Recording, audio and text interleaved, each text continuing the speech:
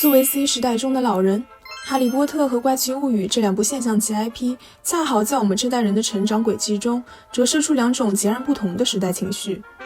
接下来几期视频，我们将围绕这两部作品展开一系列象征层面的文化比对。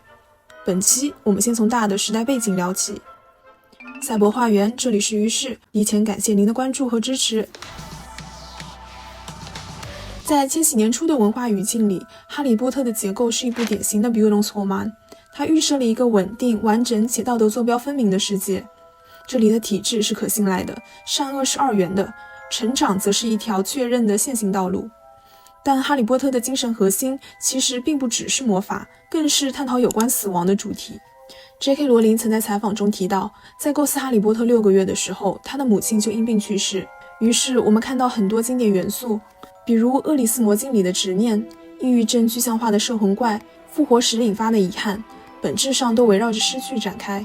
J.K. 罗琳想处理的已经超越了几个孩子修炼魔法的故事逻辑，而是一个人如何面对死亡，以及爱如何超越死亡。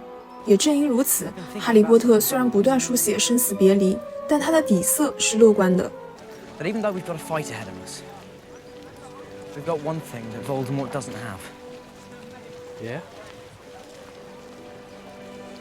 Something worth fighting for.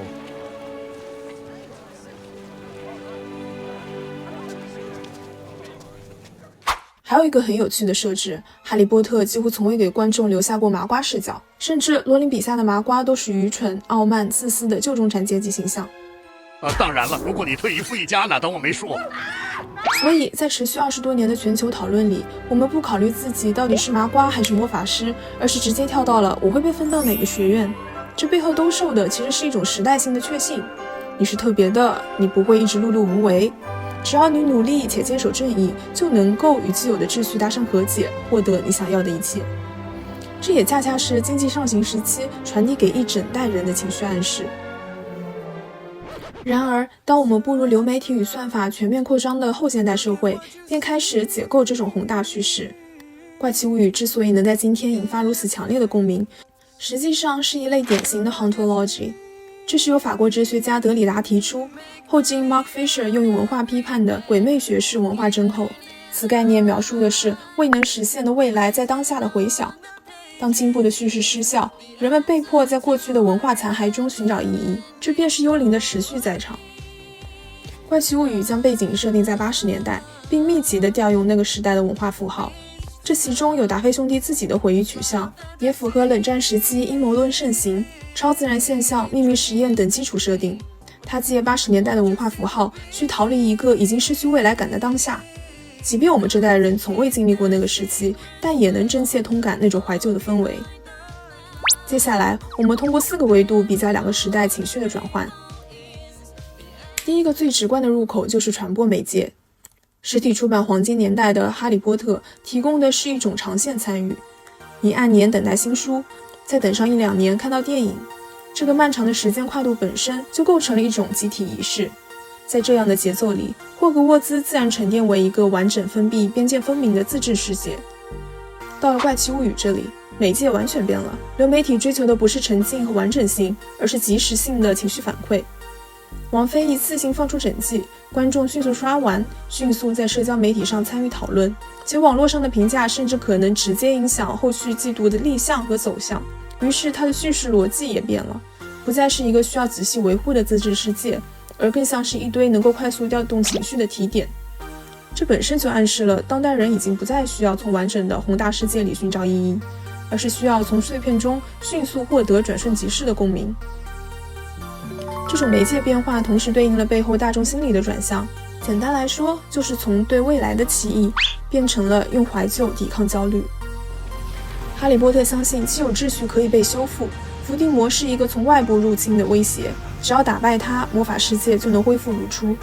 但怪奇物语已经不抱这种期待了，现实世界本身就在腐朽，我们关注的不再是外部敌人的入侵，而是系统内部的溃烂。所以大家看这部剧，不是想要看超级英雄如何拯救地球，而是想看到剧中的普通人如何带着满身创伤艰难地活下去，并借此来理解我们自己的处境。这种心理转向投射到世界观上，就是霍格沃兹与 The Upside Down 的对立。霍格沃兹是一个等级分明、传统深厚的秩序空间，魔法部、校长、学院、老师层层递进，结构清晰。而 Upside Down 不是一个外部世界，它就是现实世界的溃烂面，蔓延粘稠的藤蔓，密集漂浮的灰尘，秘密实验室的残骸，就像是被压抑之物从地底疯狂挥返。人们在这里感受到的压迫，已经不再是某个具体的 Dark Lord， 而是一种弥散的制度性的冷漠。于是主角的命运也必然走向了不同。哈利波特是天选之子，是这个系统的合法继承者。邓布利多会指引他，凤凰社也接纳他，他的成长有安稳的依靠。通过学习、磨练、遵循规则，在秩序内部进行博弈，最终成为秩序的修复者。而 Eleven 从一开始就是权力的产物，他没有正常的童年与家庭氛围，只有一个冰冷的实验室符号。用阿甘本的理论来说， Eleven 就是典型的赤裸生命。他被彻底剥夺了社会身份和政治保护，沦为纯粹的生物性存在。权力可以任意处置他的身体，却无需承担任何法律或道德责任。所以如果说哈利波特的能力是被体制培育出来的，那么 Eleven 的能力是被体制硬生生榨取出来的。从技术哲学的角度来看， Eleven 的处境也可以探作我们当下的困境。他的记忆被实验室侵入和篡改，而我们的记忆正在被算法推荐重塑。他的情绪被电击和痛苦触发，而我们的情绪每天都在被短视频和热搜调动。他的身体被当作实验的数据来源，而我们的行为模式、消费习惯乃至情绪波动正在被各大平台量化、归类和利用。我们的用户画像就是我们的编号。所以当我们今天再重新回溯这两部作品时，二者的时代鸿沟清晰可见。这是宏大叙事退场与技术理性全面围剿后的结果。哈利波特属于一个仍然相信拯救的年代，怪奇物语属于一个宁愿讨论幸存的年代。但是讨论幸存也并不意味着我们要向虚无主义和体制逻辑彻底缴械。当古典的天选之子神话破灭，后现代的幸存者反而凝聚出一种更具韧性的反抗主体性。